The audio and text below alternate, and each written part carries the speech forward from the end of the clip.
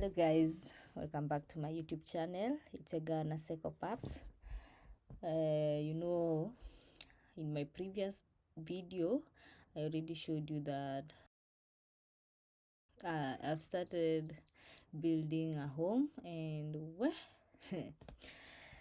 but what I didn't know that building would come with dust after it, confusion. So if you have ever built a home, I know you know that. So welcome to Re Rooting Naseko, my little corner of Mjengo life. I'm showing what happens behind the Mjengo as I'm continuing building my home. So in this land, as I showed before, if you have not watched my previous video, please go and watch that video.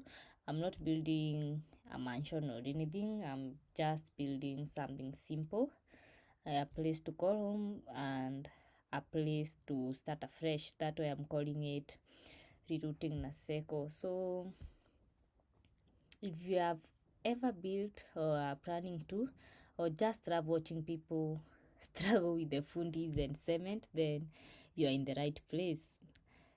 Let's go into it. So as you can see, the previous video I left when the foundation haikuwa filled, and in this video the foundation is being filled, so you can watch the process. They have to lay that paper inaitwa DPC or DPM something, I'm not sure, sorry. So they have to lay the paper, wamwage dawa ya mchwa. It's a whole process yenye inaenda behind the scenes of Mjengo, something pia I didn't know when started building.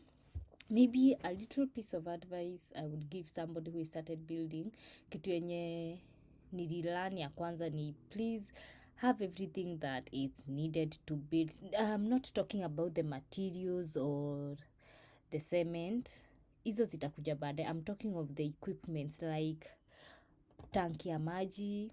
Unafaa ujue kwenye utatoa maji. As you can see kwa background niko na tanki ya maji, that's a 5,000 water tank, and I'm telling you, kutengeneza hii foundation, hiyo maji haikutosha. They had to use water direct from the tap. Thank God nilikuwa nimeweka maji ya tap, so we have to use the water from the tank. Another thing I realized that you have to have ni wheelbarrows. Initially I had bought one wheelbarrow nikifikiria itatosha, and even I argued with the fundi. Uzuri ni that the fundi that is building the house, we are good friends, so nilikuwa tu tunaagiagu kidogo. I bought one wheelbarrow, but hey, if it's a house you are building, if si kadogo or kubwa sana, hey, you need to have at least 3 wheelbarrows. So what I had to do is I borrowed one from a friend. I have close friends, a neighbor, and then the other one I borrowed from my uncle is also my neighbor in this land. So at least 3 wheelbarrows. If at all huna, ujue kwenye utatoa hizo wheelbarrows. Another thing lazima ukuwe nayo ni pipes za maji, because kumwaga, mostly ukipata wameweka maji, wameweka the foundation na inataka kumwagiwa maji, the fundis that wanajenga, most of them wanakatanga kumwaga na ndoo, which is also tiring, because I tried once and it's tiring. So they prefer connecting the pipes either kutoka kwa tank or kwa tap direct, mwage maji. And lazima hiyo maji ikuwe mingi, because you all know simiti ikikataa kunywa maji mingi kutaanza kuwa na issues za cracks nini, so you have to imwagiliwe maji vizuri. Don't do shortcuts. Another thing I've learned in Mjengo, usikuwe na shortcuts, you will come to regret later. Juu ukianza kufanya mambo ya shortcut, oh my god, after years 2 to 3 years hapo nyumba yako itaanza kushow shortcuts zenye ulitumia, and you start regretting later, because at that point kufix vitu zingine itabidi maybe ubomoe maukuta and things like that. So first thing ni maji, wheelbarrows ujue kwenye utatoa. Another thing ni majembe and spades za kuchota mchanga, and these are the basic things, tools that zenye naongelelea, si hata hatujafika kwa materials or anything. Ukuwe na majembe But in this case, I had to provide only 2 because the people that the fundi were coming with walikuwa nakuja na zao, so that was an advantage to me, but it depends with your fundi. So walikuwa na kam na zao. I only provided 2 for them, and even the spins I only provided 2, na pia panga. Hizi ni vitu zinakujanga. I'm saying this because sikuwa napanga, and then nikafika kwa site and they had to cut some trees ka hizi tumiti mnaona tumedungiliwa chini, and then you hear the fundi anakuja, tutatoa panga wapi? Imagine if you don't know the neighbors or you don't have a neighbor nearby, utaanza kuwatolea panga wapi? So make sure you have at least kapanga, at least atakaa ni kamoja au tuwili tu, juu at the end of the day these things will end up to be yours. Hakuna mahali zitaenda, so utaend up kuzitumia baadaye. So please have those tools tudogo nyundo, something like that, but most fundis will come with the nyundo, but have yours just in case inahitajika an extra one. Most of them unakutanga wanahitaji an extra one, especially when they come with a lot of fundis, because you know when they are laying the foundation and things like that, hawezi kuwa at fundi kaa wawili. Like you can see on the video, they are actually in this video there are more than 10 fundi watu wa mikono, so unaweza kuta nyundo moja inatumika, ingine inahitajika and things like that, they cooperate like that. So unaona venye kila mtu ako na kazi yake na nini, so you have to have those tools that will help you when starting the mjengo. And another thing, you don't have to listen to people, because actually I have realized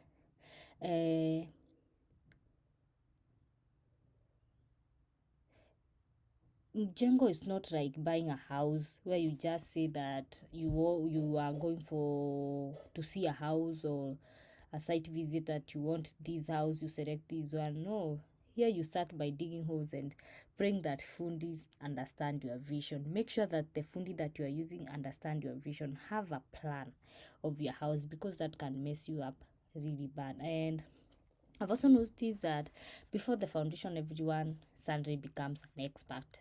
Everybody that comes to your site is an expert. Some will say that ati don't build now, sijui nunua simiti huku, nunua hii simiti. Other will say usijenga nyumba this type, ati build this type of a house.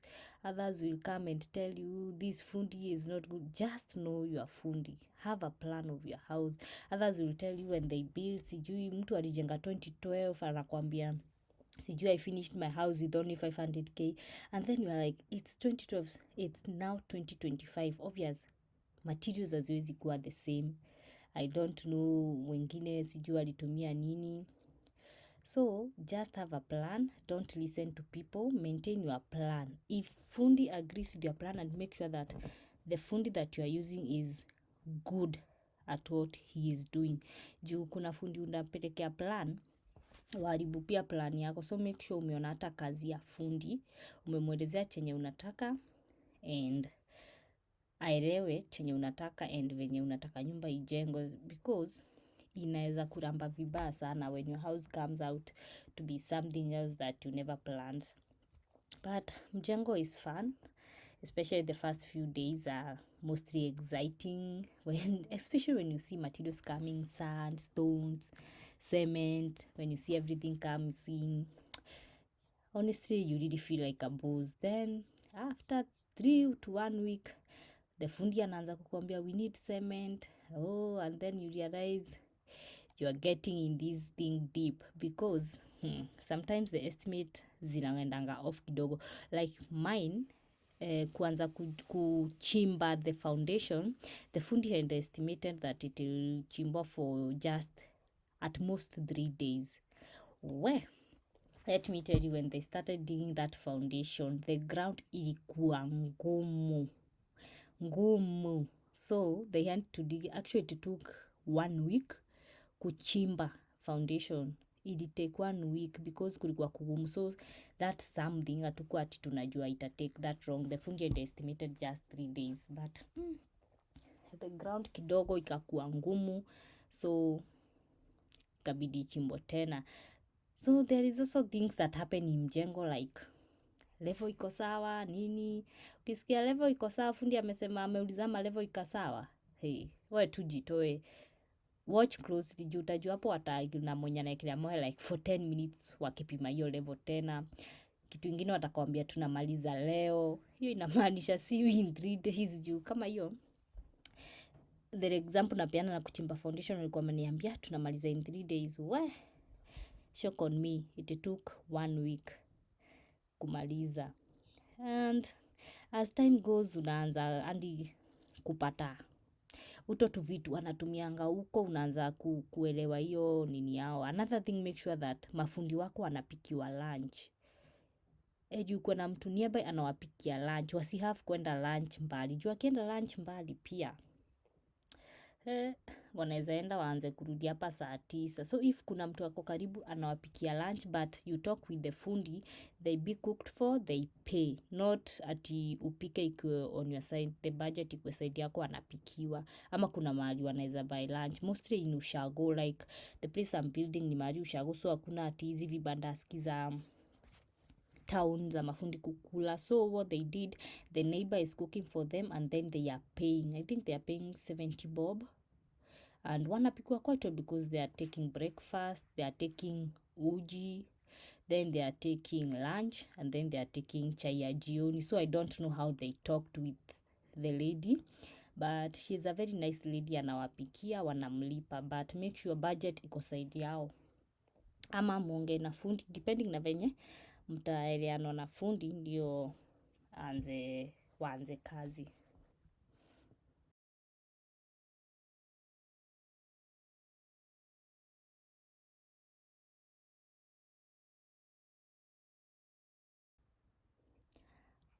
So that's the process. Unaona they are laying the foundation, mostly wanatengeneza foundation actually wanaeka hii paper. This paper prevent moisture na maji kuingia kwa nyumba ndio isianze kupeel.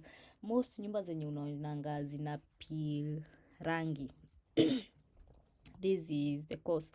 Zingine ziliekwa tu, most of the people mostly kitambo walikuwa naeka this paper kwa ukuta pekee, but the fundis these days wana recommend you just lay it the whole foundation ya nyumba ndio i-prevent hizo maji kuleak. So Mjengo just teaches you things that you never expected. It teaches you patience because nothing moves as fast as you planned. You can plan something and it will delay. You will not believe it venye vitu zita delay. Unapanga hii ukuta itapanda na 1 week, unakuta imepanda na 2 weeks, kulikuwa na to delay hapa kule. So inakuteach a lot of patience. Another thing it teaches you is humility. Hey, because 1 minute you are the boss and the next thing you are carrying water with the fundis because the tank ran out. In this case, as I was saying, I thought a 5,000 liter would do the foundation, but maji ikaisha. So as they were putting the water kwa tap, unaweza jikuta uka una maji ya tap, you are going for the water kwa mto, mnabeba na mawheelbarrow. So Mjengo teaches you a lot of things. Another thing, it teaches you respect. You have to respect for every right now I have respect for masons, carpenters, painter. You realize these people create something from nothing. Imagine creating something from bare grounds. You just have to respect them as long as they know what they are doing. I don't have respect, of course, for those people who just use people's money. They don't respect people. Wanakuja wanakwambia I can make this, I can make this, yet wanatumia tu pesa zako, wanakupeleka loss and end up making something terrible for you, kitu huwezi penda. But they just create things out of nothing with just hands, tools and determination. Of course they have to know those people are heroes. So but of course, let's be honest, every Mjengo has drama. There's that one fundi who always disappear on payday. I've seen it actually happen in Nairobi. Fundi ana disappear siku ya kulipwa. Mostly I think they are paid on Saturdays ama jioni wakimaliza kazi unasikia fundi alidisappear. There is a supplier mwenye anasema niko kwa gate but he's still 30 minutes away. Actually, this happened to me when I was buying cement, because at first I was buying 100 bags of cement. Yes, 100 bags of cement, and I had to buy on wholesale. So the supplier that I went to akaniambia, I'll deliver them first thing tomorrow morning, juu zilikuwa ziletwe pamoja na the tank that you are seeing. And I was very happy nikijua tomorrow morning by actually the supplier said, she was a lady, said by 9:30 the cement will be there. We waited for the cement until 3 p.m. I'm making phone calls, talking to the guys delivering. They are giving me excuses at we are coming, we are doing so many deliveries, but which is true, of course. They are giving deliveries, but at least awapeangi mtu ati time wakwambia ati the exact time watakuja. Most of them were just lying, so inabidi pia wewe uchezekiwe. Ukiona materials zinaisha, hata ilichukue pick up, you take hata kama ni 10 cements zenye unajua zitatoshea hiyo siku, and then wakileta zao ndio kazi isikwame. Actually, isipokuwa ni venye nilikuwa na few cement, hiyo kazi ingekwama hiyo siku juu tulingojea cement andi tukachoka, but at least iliokolea. Another thing that I preferred ni the pipes. I think you can see the pipes za the choo za sink prefer zieko kwa foundation ndio zikuwe chini, unlike hizi zenye zinakujanga kutobolewa kwa ukuta. You notice pipes zenye zimetobolewa kwa ukuta zinakuanga juu, hata choo unakuta iko juu, so the opt for the drainage ikorogowe kwa ukuta ndio ikue chini.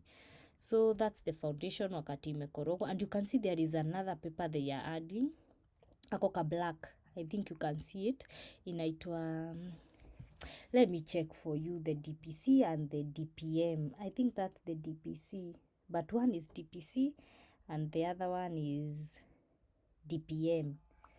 Let me check. Yeah, that's the DPC, which is horizontal bearer installation. Yeah, that's the DPC. And I think sasa the paper ndio DPM. Yeah. So they prevent dampness from the ground and even water. Yeah, that's its work. So I preferred to use both of them, moja kwa ground yote and then the other one kwa ukuta. Please correct me if I'm wrong. DPC ni gani na DPM ni gani? Remember, I'm not a fundi, so kama nimekosea just correct me. So another thing ni chuma. Hakuna mtu aliniambia kujenga ati chuma ndio kula pesa mingi. Hizo chuma, my friend, hakuna kitu I think nimenunua at once inakula pesa mingi kaa chuma. But anyway, let's say ni God juu at least ina move, nimepata hiyo do, tumefika hapo kwenye tumefika. Hiyo ndio the level at the moment, but tunaendelea and even by the when building kitu ingine nimesahau,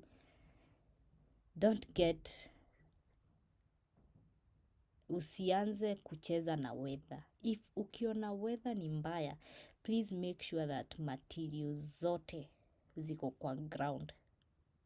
You especially these ushago places kaa huku kwetu venye kunanyesha. Kuleta materials kuingia kwa barabara ni shida. Unakuta lori ya material inashindwa kuingia, inaanguka. Actually we had that experience. It turned kwa gate ikitaka kuanguka, but anyway, mjengo ni life. Mjengo na life ni kind of the same. Sometimes you dig deep before you rise. Sometimes you start with nothing but a sketch and somehow it become something solid. Ni a step at a time, and along the way you lose money, you will argue, you will laugh, but at the end of the day ni life. So right now we are at level 6. Hapo ndio imefika. We are going up to level 12 before yekwe into, because I want a high ceiling, and then we will see how it goes. So I think that's it for today.